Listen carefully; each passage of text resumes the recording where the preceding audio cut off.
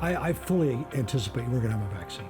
But you can interview me next year when we don't, and you can say, Doctor, you remember when you said that? Moderna just announced on the 18th that they have finished their phase 1. AstraZeneca, in collaboration with the University of Oxford, has now tested has already treated 1,000 people in England, and they plan to have 30 million doses available by September. We are now going to announce our opening of January 19th for elementary and secondary children to be back in school in a hybrid model.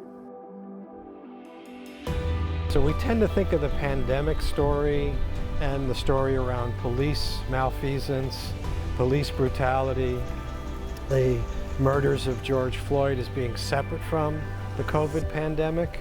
But there are underlying factors that connect these two stories. You know, Santa Barbara, I think they like to talk the talk, but they don't like to walk the walk. You know, everybody claims they're not racist, everybody claims they don't do this, but when it comes time for action, we don't see that here. So a lot of our demonstration was like, okay, Santa Barbara, step up, it's time. With anxiety, what I say to my patients is to be careful of what you say to yourself. We want to be able to rely on people telling us truth. So be careful of who you go to ask advice. And it's the same thing with the virus. The more you know about it, the more you understand about it from the scientists, from the doctors, then you can make really clear decisions. If you had a wish to make school the way you want it, what would you wish for? I would probably wish for to have like pizza every single lunchtime, because that's like the best time. State Street. I feel like I'm sitting in God's backyard.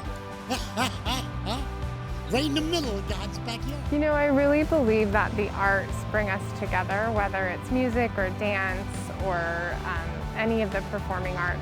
I think that they call upon the parts of us that make us human and that allow us to recognize those parts in others. So I think that not only are they an equalizer in the sense that it's something we can all relate to, but they also, even when we can't be together physically, they give us a sense of compassion for each other, and I think that's really needed right now.